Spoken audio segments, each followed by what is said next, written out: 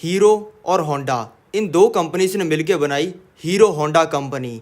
थोड़े टाइम में ये कंपनी दुनिया की सबसे बड़ी टू व्हीलर कंपनी बन गई और ये कंपनी इतनी बड़ी बन गई कि तब के समय में इंडिया में जितने मोटरसाइकिल्स थे उनमें से आधे तो हीरो होंडा के ही थे।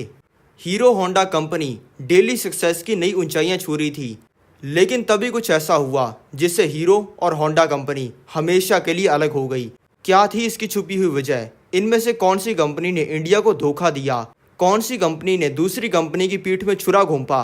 कौन सी कंपनी को अलग होने के बाद में फायदा हुआ और कौन सी कंपनी बर्बाद हो गई? और जीरो से लेकर दुनिया की सबसे बड़ी मोटरसाइकिल कंपनी बनने तक क्या थी इस कंपनी की कहानी? चलो जानते हैं इस वीडियो के अंदर। सबसे पहले जानते हैं कि ये दोनों कंपनियां स्टार्ट कैसे हुई। पहले जानते हैं हीरो का। 1956 में लुधियाना के अंदर एक गरीब इंसान बहादुर चंद रहते थे। बहादुर चंद जी की एक बिल्कुल छोटी सी दुकान थी जहाँ पे वो आटा दाल वगैरह बेचा करते थे। बहादुर चंद जी के 4 बेटे थे और उनमें से एक का नाम था ब्रिज मोहन लाल। ब्रिज मोहन लाल के पिता बहादुर चंद जी अपने घर का खर्चा नहीं चला पा रहे थे, इसलिए उनके बेटे ब्रिज मोहन लाल ने सोचा कि चलो मैं अपने भाइयों के साथ में कोई काम करना स्टार्ट कर देता हूँ ताकि कम से कम 2 टाइम की रोटी तो मिलती रहे। इन्होंने फिर साइकिलें सही करने का काम स्टार्ट कर दिया। फिर इनको पता चला कि साइकिल सही करने से ज़्यादा पैसा तो साइकिल के पार्ट्स बनाने में है, इसलिए इन्होंने अपना एक छोटा सा गराज बनाया और उसके अंदर साइकिल के पार्ट्स बनाने स्टार्ट कर दिए। पार्ट्स को बनाने से इनको थोड़ा मोटा पैसा आना स्टार्ट हो गया। फिर इनको समझ आया कि पार्ट बनाने से भी ज़्यादा पैसा तो साइकिल बनाने में है। फिर ब्रिज मोहन लाल ने अपने तीनों भाइयों को कहा कि चलो अब अपनी पहली साइकिल बनाते हैं। फिर इन चारों भाइयों ने कहीं से टायर लाया, कहीं से सीट लाई, कहीं से चेन लाई, कहीं से ब्रेक्स लाई, कहीं से पूरी साइकिल की बॉडी लाई और उसको असेंबल करके इन चारों भाइयों ने अपनी पहली साइकिल बना दी। कई महीनों की मेहनत करने के बाद में इन्होंने अपनी वो पहली साइकिल बेच दी और उससे इनको काफ़ी बढ़िया प्रॉफिट आ गया। इनको फिर ये तो समझ में आ गया कि सस्ते में साइकिल बनाकर उसको महंगे में बेचने में काफ़ी प्रॉफिट मिलता है, बस हमें ज़रूरत इसी चीज़ की है कि हम उन साइकिल्स को बेच पाएँ। इसलिए इनमें से 2 भाइयों ने तो साइकिल बनाने का काम शुरू कर दिया और 2 भाइयों ने साइकिल की मार्केटिंग करने का काम स्टार्ट कर दिया। फिर इन्होंने दूसरी साइकिल बनाई, फिर तीसरी बनाई, उनको बेचा। फिर इन्होंने 1956 के अंदर डेली की 25 साइकिल बनानी स्टार्ट कर दी और फिर इन भाइयों ने सारे काम धंधे छोड़कर दिन रात मेहनत की इस कंपनी को बड़ा करने में। और इसके 10 साल बाद 1966 में इन्होंने डेली की 18,500 साइकिल्स बनानी स्टार्ट कर दी। अब दोस्तों चलो जानते हैं कि होंडा कंपनी की शुरुआत कैसे हुई। दोस्तों होंडा कंपनी की शुरुआत की सोइचिरो होंडा ने। सोइचिरो होंडा का जन्म जापान के एक बहुत ही गरीब परिवार में हुआ और ये बचपन में लोहार का काम किया करते थे। लेकिन एक दिन इनके पिता ने इनको कहा कि मैं लोहार का काम कर लेता हूँ, तुम मैकेनिक का काम सीखो। इन्होंने फिर मैकेनिक का काम सीख लिया और एक दिन इनके पास में टोयोटा कंपनी कुछ एम्प्लॉयज़ आई। उन्होंने इनको आगे कहा कि भाई तुम हमारे लिए पिस्टन रिंग्स बना दोगे क्या? इन्होंने कहा कि बिल्कुल बना देंगे। टोयोटा के एम्प्लॉयज़ ने इन्हें बताया कि हमें कई हज़ार पिस्टन रिंग्स की ज़रूरत है जो कि तुम हमें बना के दो, हम तुम्हें बल्क के अंदर पैसा देंगे। इन्होंने यही किया और इनको टोयोटा वालों ने 5-10 हज़ार रुपये दे दिए। उस पैसे से इन्होंने अपनी दुकान को बड़ा किया। इनकी दुकान बढ़िया चलने लग गई और इन्होंने अपने लिए एक छोटी सी फैक्ट्री बना ली।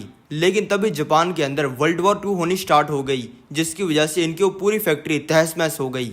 फिर इन्होंने 1945 में फैक्ट्री को वापस बनाया और फिर जापान में 1945 में मिकावा अर्थक्वेक आया, जिससे इनकी फैक्ट्री वापस डिस्ट्रॉय हो गई। 2 बार जब ये चीज़ इनके साथ में हुई तब ये काफ़ी ज़्यादा दुखी हो गए और इन्होंने दुख में आकर इन्होंने टोयोटा वालों को कहा कि भाई मेरी फैक्ट्री खरीद लो और सब कुछ जो उसमें है उसको खरीद लो। टोयोटा वालों ने कहा कि ठीक है और इन्होंने 2 लाख रुपए के अंदर अपनी फैक्ट्री, दुकान सब कुछ बेच दिया। दोस्तों फिर वर्ल्ड वॉर जापान के अंदर खत्म हो गई और जापान के अंदर इतनी गरीबी आ गई कि लोगों के पास में जूते खरीदने के पैसे नहीं बचे, जिसकी वजह से जापान के लोगों को कई किलोमीटर नंगे पैर ही जाना पड़ता था। इससे इनको एक आइडिया आया। इन्होंने सोचा कि एक सस्ती सी साइकिल को लेते हैं, उसमें मोटर लगाते हैं और लोगों को काफ़ी आसानी हो जाएगी। इसलिए इन्होंने अपने सरनेम को यूज़ करके होंडा कंपनी बनाई और ऐसी साइकिल्स बनानी शुरू कर दी जिसमें मोटर लगी हो। ये काम इनका सही चल गया तो इन्होंने फिर बाइक्स बनानी स्टार्ट कर दी और ये काम इनका हिट हो गया और इनकी कंपनी दुनिया की सबसे बड़ी बाइक बनाने वाली कंपनी बन गई। फिर दोस्तों हुआ हीरो और होंडा का मर्जर, यानी कि दोनों कंपनियां मिल गई। अभी दोस्तों हीरो जो कंपनी थी वो साइकिल बनाने के अंदर सबसे बड़ी कंपनी बन गई थी और जो होंडा कंपनी थी वो बाइक्स बनाने के अंदर सबसे बड़ी कंपनी बन गई थी। दोस्तों अमेरिका, अफ्रीका और यूरोप जैसे देशों के अंदर तब के समय में मोटरसाइकिल बहुत फेमस हो चुका था और हर इंसान उसे यूज कर रहा था। लेकिन तब के समय में इंडिया के लोग स्कूटर के ऊपर ही अटके हुए थे, इसलिए हीरो कंपनी ने सोचा कि चलो इंडिया में जाकर बिजनेस करना स्टार्ट करते हैं और इन्होंने किया भी ऐसा ही। इन्होंने इंडिया में जाकर मोटरसाइकिल्स की बॉडी बना ली। फिर इन्होंने सोचा कि यार अब इंजन कहाँ से लाएं, क्योंकि तब के समय में हीरो के पास में इंजन बनाने की टेक्नोलॉजी नहीं थी। इसलिए इन्होंने सोचा कि अगर हम मोटरसाइकिल की बॉडी बनाते हैं और दुनिया की सबसे बड़ी मोटरसाइकिल बनाने वाली कंपनी होंडा से इंजन खरीदकर इसके अंदर लगाकर इंडिया में बेचना स्टार्ट कर देती हैं तो ये काफ़ी हिट आइडिया होगा। लेकिन दोस्तों तब के समय में इंडिया में एक दिक्कत थी। वो दिक्कत ये थी कि इंडिया तब के समय में किसी फॉरेन कंपनी को इंडिया में अपना बिजनेस खड़ा नहीं करने देता था। लेकिन ये परमिशन थी कि कोई फॉरेन कंपनी इंडिया की किसी कंपनी के साथ मिलकर बिजनेस जरूर कर सकती है। फिर इन्होंने होंडा कंपनी को रिक्वेस्ट भेजी कि चलो मिलकर काम करते हैं। होंडा वालों को इसमें बहुत तगड़ी अपॉर्चुनिटी दिखी, क्योंकि तब इंडिया में मोटरसाइकिल बेचकर तो बहुत पैसा बन सकता था। लेकिन इंडिया की सरकार किसी फॉरेन कंपनी को इंडिया में आकर बिजनेस नहीं करने देती थी। इसलिए इन कंपनी ने सोचा कि चलो मिलकर काम करते हैं। इनके बीच में एक एग्रीमेंट हुआ, जिस एग्रीमेंट में ये साइन किया गया कि हीरो बाइक्स की बॉडी बनाएगा और होंडा बाइक्स के इंजन बनाएगा और इन दोनों को मिलाकर बाइक बना करेगी। और एग्रीमेंट में यह भी लिखा गया कि ये दोनों कंपनियां आपस के अंदर कभी कंपटीशन के अंदर नहीं उतरेंगी, यानी करेंगी तो मिलके ही काम करेंगी। तो दोस्तों ऐसे कंपनियां मर्ज हो गई और हीरो और होंडा मिलके बन गई हीरो होंडा। और मिलते इन्होंने लॉन्च किया अपना पहला मोटरसाइकिल, जिसका नाम था CD100। CD100 मार्केट के अंदर उतरते ही हिट हो गया। हर इंसान का सपना होगा कि यार उसके पास में CD100 मोटरसाइकिल हो। पहला रीज़न ये था कि तब के समय में इंडिया वालों के लिए मोटरसाइकिल का कॉन्सेप्ट बहुत ही नया और फैसिनेटिंग था। दूसरा, जो मोटरसाइकिल था वो स्कूटर से ज़्यादा माइलेज देता था, जो कि इंडिया के अंदर आते थे, तो लोगों को वो भी चीज़ अच्छी लगी। और तीसरी वजह ये थी कि इसका प्राइस बहुत कम था, लगभग 38,000 रुपये के प्राइस रेंज के अंदर ये लॉन्च हुआ था। तो इसको देखते हुए ये मार्केट के अंदर हिट साबित हुआ और इन्होंने 3-4 बाइक्स और निकाल दी, जिससे इंडिया में हर जगह इनके मोटरसाइकिल बिकने स्टार्ट हो गए। लेकिन दोस्तों तभी एक बहुत ही बड़ी दिक्कत आ गई। वो दिक्कत ये थी कि जापान की होंडा कंपनी ने हमारी इंडिया की हीरो कंपनी के साथ में गद्दारी करनी स्टार्ट कर दी। जब इनको दिखा कि बाइक्स इंडिया के अंदर बिकनी स्टार्ट हो गई हैं और हीरो कंपनी को उनसे इंजन खरीदना पड़ेगा, इसलिए इन्होंने कहा कि हीरो वालों अब से हम इंजन बहुत महंगे में बेचेंगे, खरीदना है तो खरीदो, नहीं तो मत खरीदो। हीरो कंपनी की मजबूरी थी इनसे इंजन खरीदना, इसलिए उन्होंने महंगे रेट के अंदर भी इंजन खरीदना स्टार्ट किया। अब दोस्तों जब वो महंगे के अंदर इंजन खरीद रहे थे, तब हीरो कंपनी ये भी कर सकती थी कि वो अपनी बाइक्स का प्राइस बढ़ा देती। लेकिन दोस्तों हीरो कंपनी को पता था कि अगर वो अपनी बाइक का प्राइस बढ़ा देंगे तो इंडिया के जो बेचारे गरीब लोग हैं जो कि उनकी बाइक खरीदना चाहते हैं, उनको बहुत ज़्यादा दिक्कत होगी, क्योंकि जब बाइक बहुत ज़्यादा महंगी हो जाएगी तब वो खरीद नहीं पाएंगे। इसलिए हीरो वालों ने सोचा कि हम प्राइस तो उतना ही रखेंगे, भले हमें घाटे होने स्टार्ट हो जाएं। और दोस्तों हुआ भी ऐसा, उन्होंने बाइक का प्राइस तो सेम ही रखा और बिजनेस में घाटे खाते हुए लॉस करना स्टार्ट कर दिया।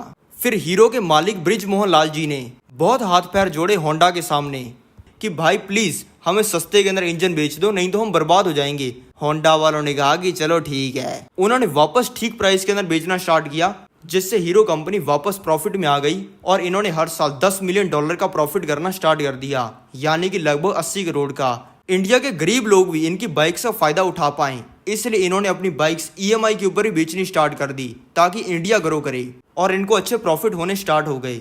लेकिन दोस्तों तभी एक ऐसी चीज हुई जिससे पूरा इंडिया हिल गया।